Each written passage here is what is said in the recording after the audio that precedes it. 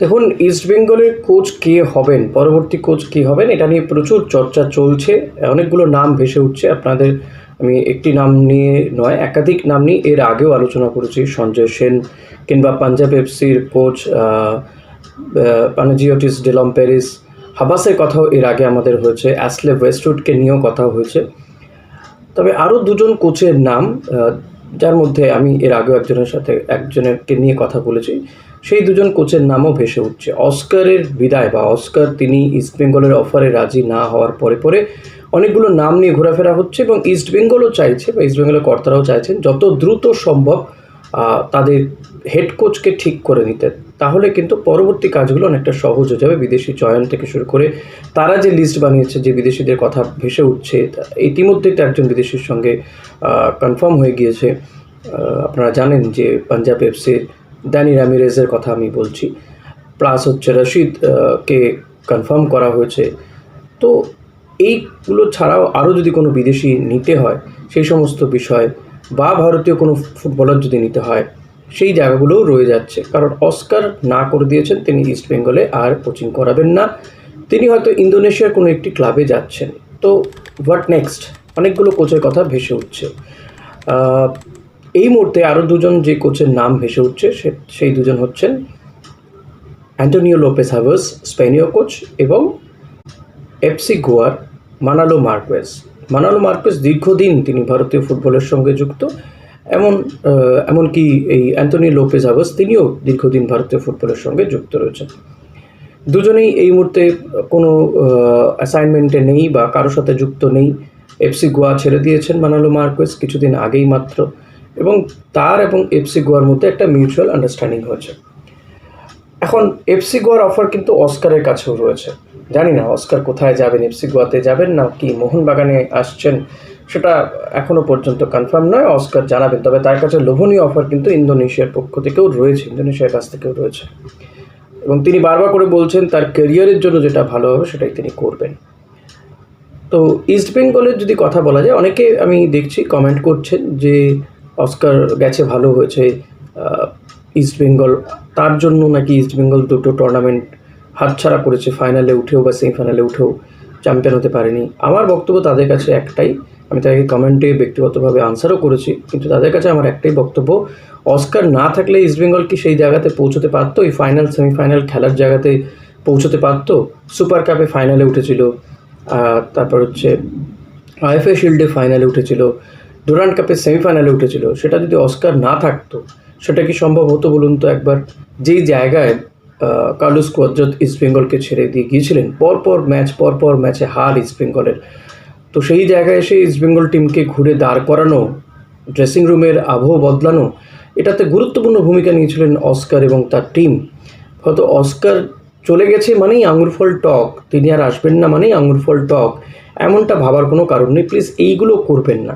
মানে এটা one type of, মানে আমি কি বলবো, আমার ভাষায় আমার মনে হয় যে এটা ওয়ান টাইপ অফ বেইমানি। তিনি 22 বছরে খরা কাটিয়ে ক্লাবকে একটা লিগ চ্যাম্পিয়ন করেছেন। সো এইগুলো বলার ক্ষেত্রে, বলার আগে 4-5বার অন্তত ভাবুন, যুক্তিপূর্ণভাবে ভাবুন। দে আর দ্য প্রফেশনাল কোচ, তারা যেতেই পারেন, যে কোনো টিমে যেতে পারেন। ইস্টবেঙ্গলও ক্লাব, অস্কার চলে গেছে মানে ইস্টবেঙ্গল ক্লাব ভেসে যাবে বানের জলে, এমনটাও হবে না। নতুন করে কোচ আসবেন, টিম গঠন হবে, ভালো খেলবে, খারাপ খেলবে, হোয়াট এভার। বাট সেটাকে, এইগুলো কথাগুলো বলা মানে নিজেদের মনকে সান্ত্বনা দেওয়া আর তাকে ছোট করা, এটা করবেন না। অনেকগুলো বছর পর কিন্তু ইস্টবেঙ্গলের ট্রফি করা কাটানো হয়েছিল এবং মৌসুমটা অসম্ভব ভালো খেলেছিল ইস্টবেঙ্গল ওভারঅল। সেটা ভেবে দেখুন, সেটা আমার মনে হয় ভাবা উচিত। তো যাই হোক, এবার যে কথাটা বলছিলাম যে অ্যান্টোনিও লোপেস হাভার্স এবং মানালো মার্কুয়েজ এই দুজনই কিন্তু ইন্টারেস্ট শো করেছে বলে জানা যাচ্ছে। মানালোর সাথে কথাবার্তা হতেই পারে, হয়তো প্রাথমিকভাবে কথা হচ্ছেও, বা কারণ একজন কোচের সাথেই কথা হচ্ছে এটা তো নয় যে পাঞ্জাব এফসির যে কোচ ছিল তার সাথে কথাবার্তা হয়েছে, এমনটা তো নয়। কথা আরও কয়েকজনের সাথে হচ্ছে, কারণ কেউ রাজি হবে কেউ রাজি হবে না, এটা তো হতেই পারে। অস্কার যেমন দনমনো করছিলেন তিনি একটা বিষয় নিয়ে। তো সেই কারণেই হাবাস, আমরা জানি যে ভারতীয় ফুটবলের সঙ্গে হাবাসও বহুদিন ধরে যুক্ত রয়েছেন। এটিকে চ্যাম্পিয়ন করেছেন, মোহনবাগানকে চ্যাম্পিয়ন করেছেন, ওদিকে ইন্টারকাশিকে তিনি চ্যাম্পিয়ন করেছেন। আই লিগ ইন্টারকাশি টিমটাও দুর্ধর্ষ টিম হয়েছিল, ভালো বিদেশি চয়ন করতে তিনি পটু, এবং অস্কার মতন হয়তো অতটা অ্যাটাকিং ফুটবল খেলেন না হাবাস, বাট হাবাসের আন্ডারে কিন্তু ড্রেসিং রুমের পরিবেশও যথেষ্ট ভালো থাকে। তবে হাবাসের আর একটা মুশকিল হচ্ছে, হাবাসও কিন্তু সবটা তিনি নিজের কন্ট্রোলে চান, যেটা সংঘাত লাগে বারবার, সেটা কিন্তু ইস্টবেঙ্গলের সঙ্গেও সংঘাত লাগতে পারে। মানালো মার্কুয়েজ তিনি অনেক বেশি ফ্রেন্ডলি এবং ইয়াং ট্যালেন্টকে সুযোগ দেন। মানালো মার্কুয়েজ নতুন প্লেয়ারদের সুযোগ দেন, গোয়ার ক্ষেত্রেও সেটা হয়েছে, বহু নতুন প্লেয়ারকে তিনি তুলে নিয়ে এসছেন।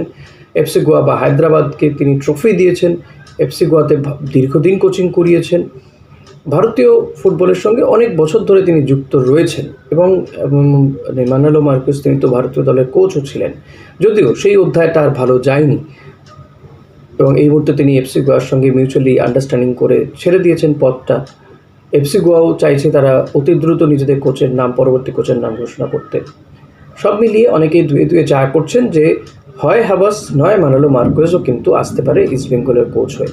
অর্থাৎ ইস্টবেঙ্গলের কোচের লিস্টে কিন্তু এই মুহূর্তে তাহলে 3 থেকে 4 জনের নামটা হইল বলতে এই ক্ষেত্রে আমি বলেছি যে দিলাম প্যারিসের নাম রয়েছে, বোধহয় তিনি টপে রয়েছেন, তারপরে হাবাস এবং মানালো মার্কুয়েজ।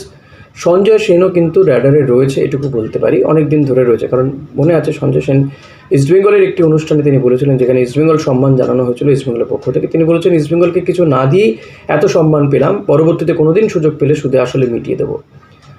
তো সেই তালিকায় হয়তো সঞ্জয় সেন থাকবেন, বাট ইস্টবেঙ্গলও চাইছে যেহেতু এএফসি খেলবে, তো এমন কোনো কোচের আন্ডারে যেতে যাতে টিমটা একটা গতি পায়, ভালো ফলাফল করে।